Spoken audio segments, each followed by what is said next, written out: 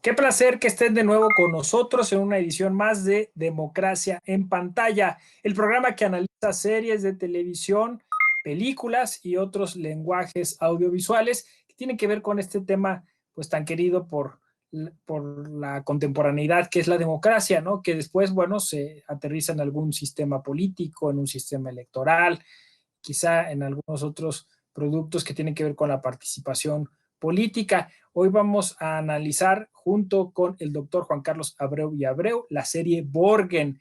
Borgen, que además es considerada una de las mejores series de todos los tiempos en temas electorales, en temas de series políticas.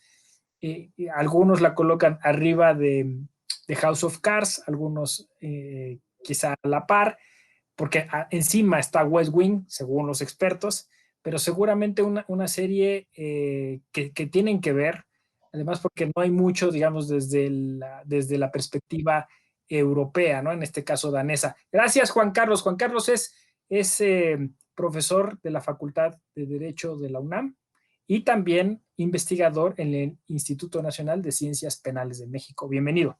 ¿Qué tal, Ramón? Qué gusto saludarte a ti y a tu amable auditorio.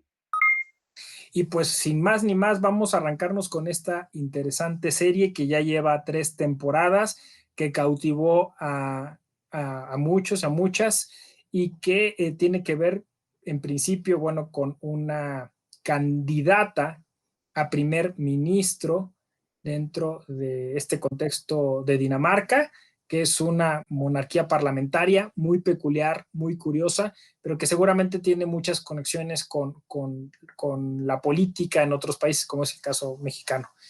¿Por qué esta serie, Juan Carlos? Bueno, yo creo que esta serie rompe con la condicionante de lo que consumimos como producto fílmico o como producto de series, ¿no? De manera muy acertada ha sugerido que es la visión nórdica la que de alguna manera priva en esta serie.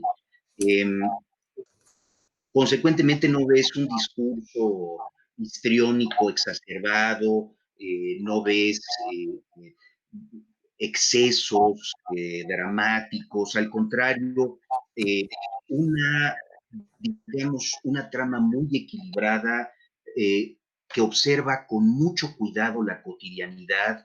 Creo que este es un factor muy importante. Los políticos no son esos políticos a los que estamos acostumbrados nosotros en el continente americano, ¿no? Suntuosos, con grandes excesos de consumo, de joyas, no, más bien creo que los políticos funcionan en el medio escandinavo, debe haber algún tipo de ética muy propia de su cultura, en las que priva, bueno, el ser prudente, estoico. Creo que hay una formación política muy sólida en Dinamarca.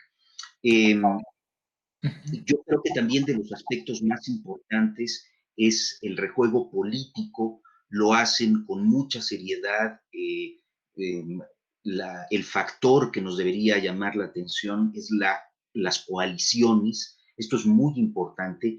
Creo que nosotros ahora estamos involucrados en una visión maniquea, ¿no? Los de un color y los del otro, los de una categoría y los de la otra, buscando a lo mejor asideros en una nomenclatura pues decimonónica ya absolutamente rebasada.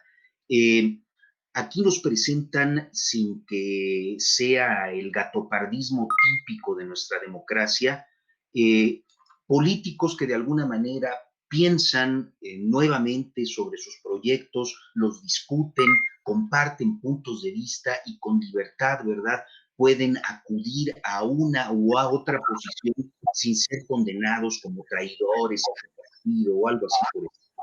Yo creo que lo más rescatable es el ejercicio de la democracia y de la pluralidad. Rescatable. Sin embargo, creo que uno de los temas pilares tiene que ver con el desempeño de la mujer como ente político. Y yo me atrevería a decir que el término que voy a compartir implica algún sesgo de carácter peyorativo, al contrario, ¿no? Creo que incluso lo podríamos poner sobre la mesa como una categoría, ¿no? Una visión de ginecocracia, entender cómo la mujer se desempeña en el ejercicio del poder. Es muy claro y hay estudios bastante fuertes que tienen que ver con la eticidad de la mujer dentro del desempeño laboral en las diversas instituciones públicas, corporativos. Generalmente la mujer es más disciplinada, con mayor compromiso, con mayor responsabilidad, sobre todo muy conscientes, para el caso específicamente de Dinamarca, pues mujeres que de alguna manera ejercen su maternidad de una manera pues abiertamente liberal, ¿no? Y la comparten con la cuestión profesional. Creo que este es uno de los puntos sobre los que podríamos indicar que hay muy clara distinción. Sí, a ver, entonces, recapitulando, esta sobriedad en los funcionarios públicos daneses, que curiosamente en la primera temporada es el factor para que la izquierda gane, bueno, en este caso el centro, ¿no? El partido moderado gane la elección, porque el primer ministro liberal de la derecha hizo unos gastos no solo excesivos, sino con la cuenta de pública, ¿no? Y esto detona todo un... Pero efectivamente los demás candidatos son todos ciudadanos comunes y corrientes. Vemos llegar a nuestra candidata moderada en bicicleta, de hecho incluso le dicen eso, otra como visión distinta del ejercicio del poder. Como dices tú, vemos una casa normal, ¿no? Con su esposo, sus hijos, haciendo las tareas cotidianas. Y luego esta cuestión que dices tú, ¿no? De cómo vaya incidiendo en el gobierno, en un gobierno que es patriarcal, porque además vemos cómo dice, tú todavía no es tu momento, espérate, digamos, en la ficción, ella va a ser la primera ministro, o sea, la primera mujer que ocupa ese cargo de ministro en su país. Y claro, estos detalles que la narrativa de la serie te va mostrando, por ejemplo, cuando llega por primera vez a la oficina, dice, no más pastelitos, ¿no? Y mete fruta. Es muy curioso, porque luego llegan los señores gordos estos y quieren comer los pastelitos, que es muy como de calórico, digamos, de político, y ese contraste lo va manejando muy bien la serie, como le dice él, te recomiendo que te sientes a la cabecera, estas cosas, que además, por cierto, la serie tiene un plus, al inicio de cada capítulo te ofrece una cita de algún político, Ah, Maquiavelo, sí, claro. no sé. Y bueno, por último, me quedo con esta cuestión que dices sobre cómo ella va tratando de lograr en este sistema parlamentario muy peculiar, porque gana la elección a partir de que ganas escaños en el Parlamento. Nadie esperaba con un buen discurso que ella ganara la elección, pero al ganarla todavía no puede ocupar ese cargo de primer ministro, porque primero tiene que pasar por el ritual de la reina y después tiene que conformar gobierno. Esta es una cosa muy peculiar de la política danesa, o sea, tiene que lograr alianzas, como dices tú, coaliciones con todos los partidos, y todos los partidos van a obtener algún ministerio en la medida en que tienen escaños, pero todo esto se hace en una mesa de negociaciones y vemos este lobby político súper interesante, y ella con esta visión en la primera temporada sobre todo muy ética, ¿no? O sea, es decir, de hecho su asesor se fue por eso, porque dice, ella quiso hacer las cosas correctamente, y el candidato laboralista con estas ínfulas, qué buenos mensajes, ¿no? Dice, nunca hubiera entendido cómo en una misma expresión hubiera sido partido laboralista y champaña, ¿no? Lo que le dicen de Sí, claro. caviar.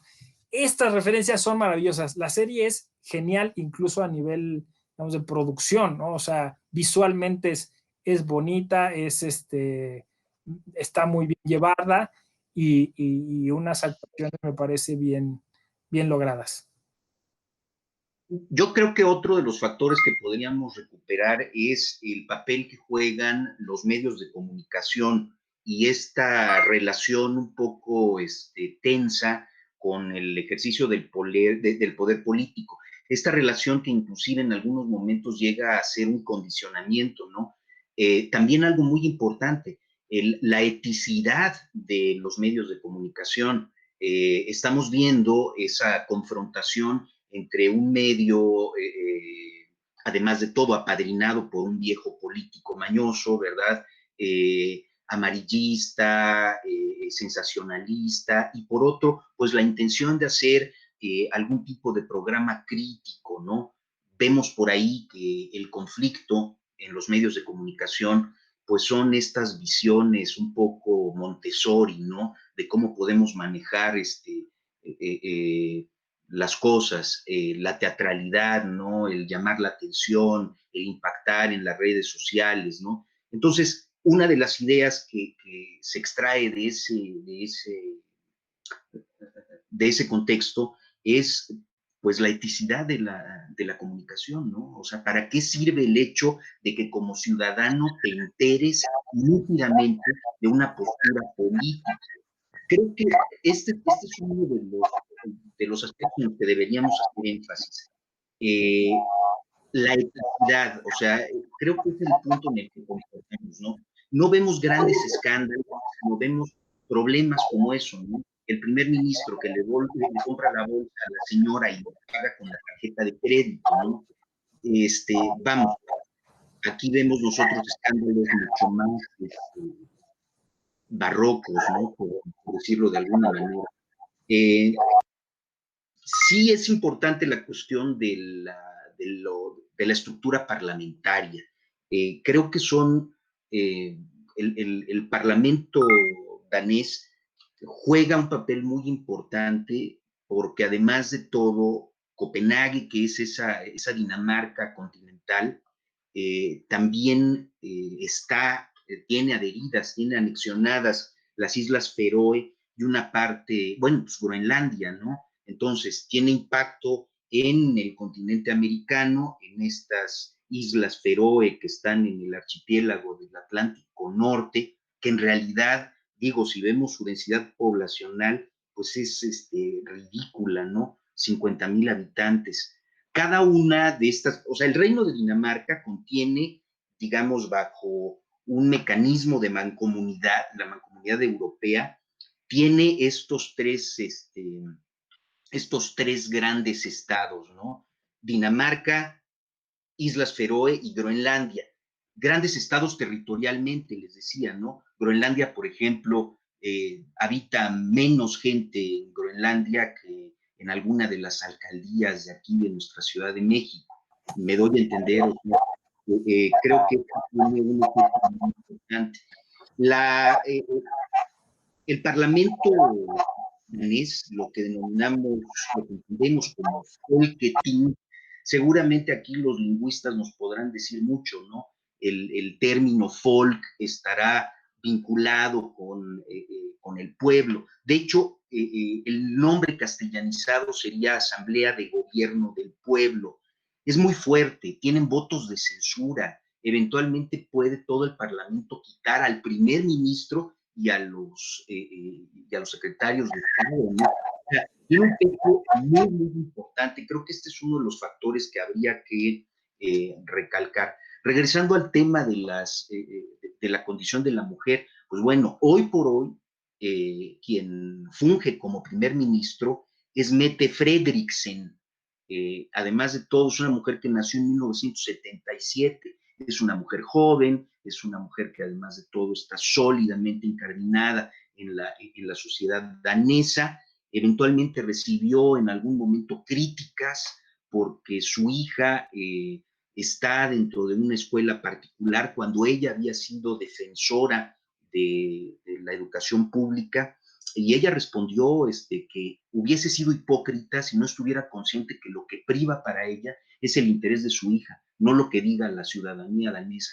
Újule, eso subió altísimas, o sea, son comentarios, vamos, de los que carecemos en nuestro medio político, ¿no? Con mucha claridad, con mucha honestidad, ¿no? El régimen parlamentario, ¿verdad? está de alguna manera estructurado por 179 representantes. 175 son de la propia Dinamarca continental y tienen 2 representantes de Islas Feroe y 2 representantes de Groenlandia. Aquí lo más importante es el método o los métodos, mejor dicho, en los que eligen ellos a sus representantes son a través del método D'Hondt, uno que de alguna manera estableció Víctor D'Hondt en 1878, tienen que ver con estos modelos del promedio mayor que permite asignar escaños en sistemas de representación.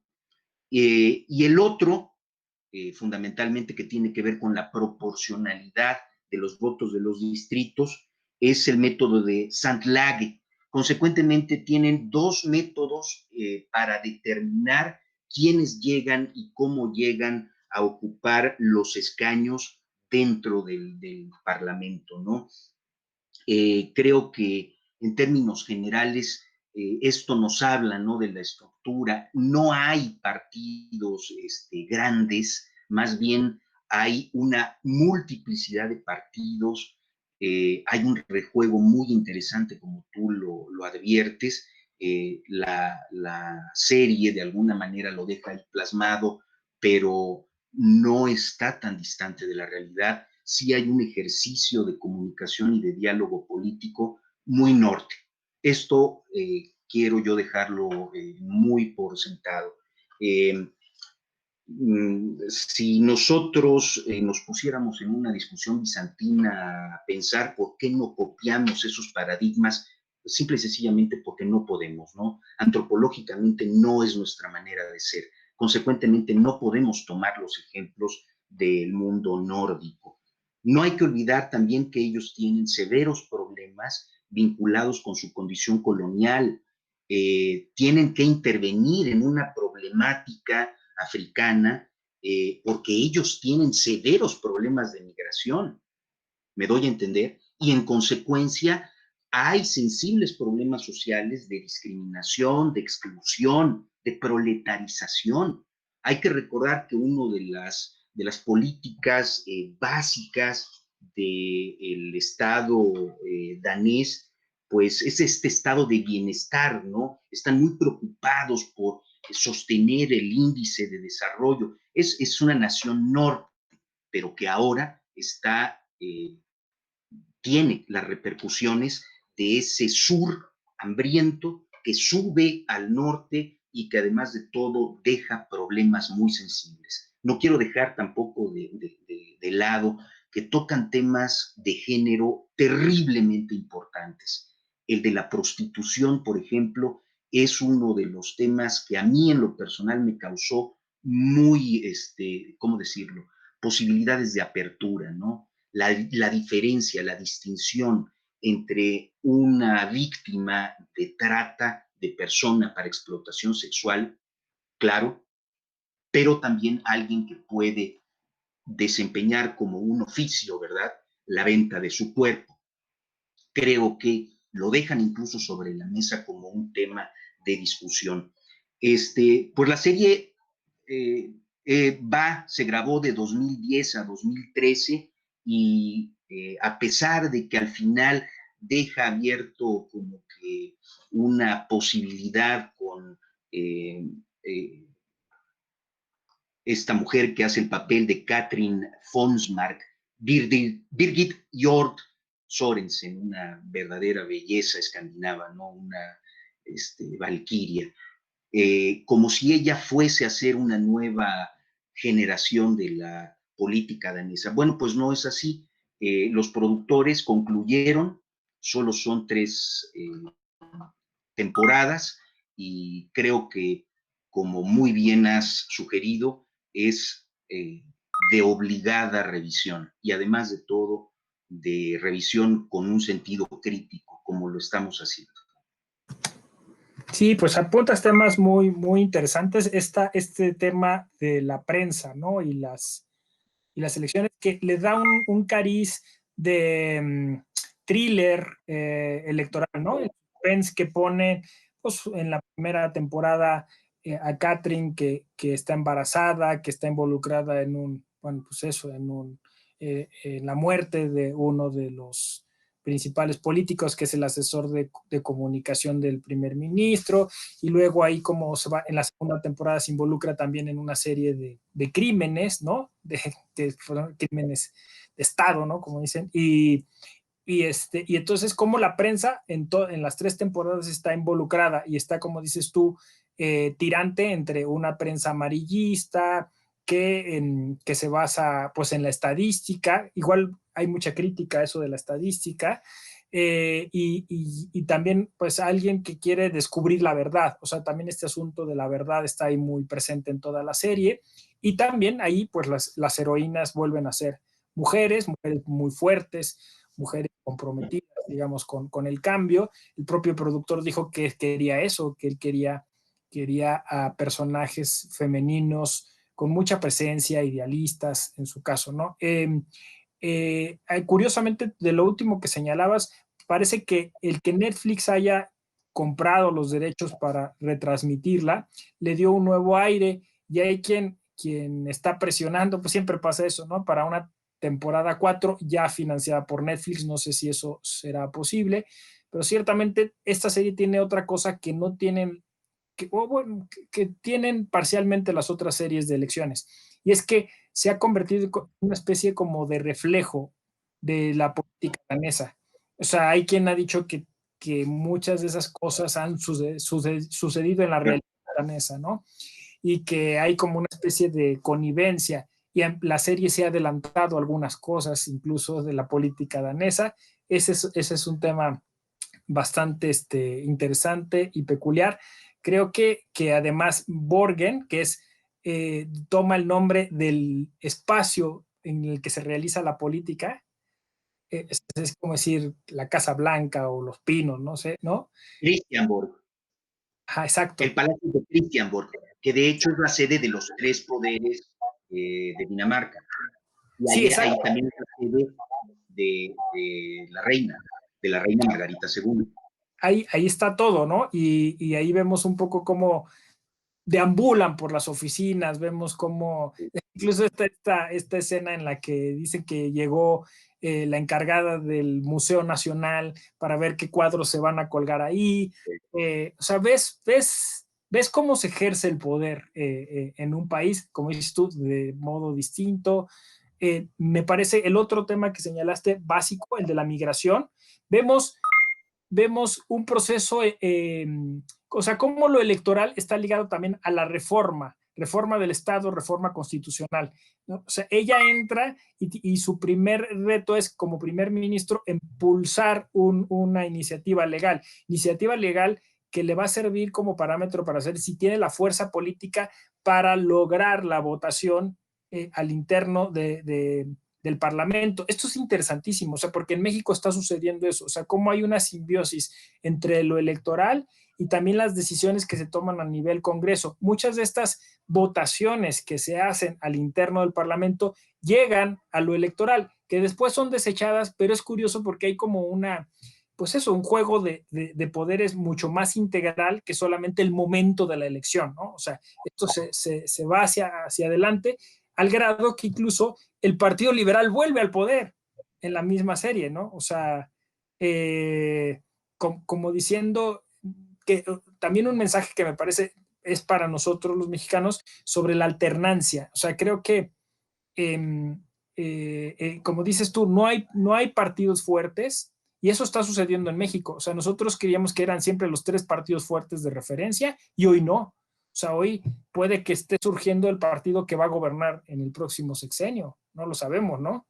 Y entonces, esta nueva vida democrática que ya tienen quizá en algunos otros países que se dicen de primer mundo, bueno, pues también nosotros empezamos a experimentarlo de alguna forma. Claro, no se compara, como dices tú, en términos de población, en términos de calidad o nivel de vida, y en estos problemas que empiezan a tener ellos, como lo señalaste, de migración, es el tema básico. Ahí es donde se divide la política ¿no? Como dice, no, le dice el del partido. De hecho, tienen un secretario de Estado islámico, o sea, que es del Islam, ¿no? Que tiene como religión y como forma de Sí, vida la islámica. chica esta, ¿no? Que la del. No, no, no, inclusive es un varón que tiene una función muy importante cuando tienen que solventar problemas con el mundo árabe.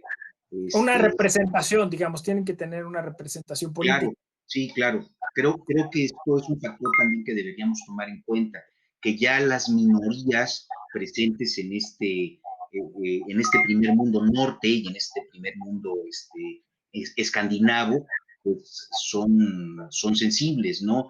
Ya hay migrantes de origen africano, migrantes de origen este, árabe o de países árabes, eh, migrantes incluso de Europa Central que no encuentran trabajo y que acuden al mundo escandinavo como una forma de llevar la vida, ¿no?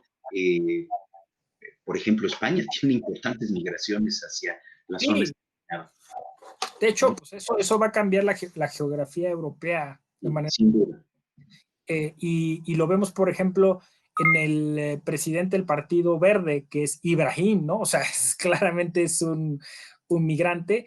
Y lo vemos también en esta discusión de, bueno, primero nuestros ancianos, ¿no? Las pensiones versus la visión esta más, pues eso, más generosa de la primer ministro, que era tratar de generar esto, acceso y cuotas, y, o sea, cómo se da esa tensión, digamos, entre esa vieja Europa y esta nueva Europa, y por ahí los temas de medio ambiente, los temas de género, como tú ya comentaste, y resulta una serie interesante. Me das oportunidad de incluso hacer como una nota de pie de página. Sí, ciertamente hablas de esta Europa, pues de alguna manera viejo mundo, y esta Europa que se enfrenta hacia la nueva realidad, ¿no? Después de la Comunidad Europea. Eh, Creo que además un ingrediente que no podemos nosotros olvidar de toda la zona escandinava es que en la Segunda Guerra Mundial tuvieron momentos muy críticos, de tal manera que esta fortaleza que nosotros vemos, esta dureza, esta frialdad, incluso su constitución es de 1953, es después de la Segunda Guerra Mundial, importante, tiene frontera con Alemania. Dinamarca, entonces, está también altamente, digamos, permeada por modelos de visión cultural de orden germánico. Incluso también tienen grupos radicales vinculados con supremacía racial y todo ello, ¿no? Y lo digo como una patología cultural, efectivamente, y vinculada con los fenómenos migratorios, ¿no? Tienen un problema social muy importante y creo que eh, están en un lugar estratégico. La OTAN juega un papel fundamental en la política danesa. Creo que, bueno, y no solo la OTAN, sino la propia Unión Europea, creo que la serie nos ofrece, ¿no? Toda una amplia gama de incidencia de temas políticos, no solo a nivel doméstico, sino a nivel internacional, ¿no? Sí, sin duda, y creo que, bueno, pues va a quedar en el repositorio de las series de política. Qué bueno que Netflix pues la pone, ¿no? a disposición de un público más heterogéneo, ¿no? No propiamente europeo, y es como hemos llegado muchos, ¿no? Seguramente a esa serie. Oye, pues gracias, Juan Carlos, por tu tiempo, por tus reflexiones. Te deseamos mucho, mucho éxito en las actividades que emprendas en el INACIPE, y que pues la gente esté ahí pendiente también de las cosas, ¿no? que hace el Instituto Mexicano de Historia del Derecho, que es otra de las iniciativas interesantes, y seguramente pues, seguiremos escuchando de ti en el próximo año, que va a ser muy histórico para los mexicanos, a propósito de la conquista y los 200 años de la independencia de México. Y pues gracias, Juan Carlos. Al contrario, Gracias a ti y gracias a quienes nos han tenido la paciencia de seguir en esta disertación. Gracias. Yo soy José Ramón Narváez Hernández, democratiza lo que miras, dale inclusión a tu emoción. Nos vemos en la próxima emisión de Democracia en Pantalla.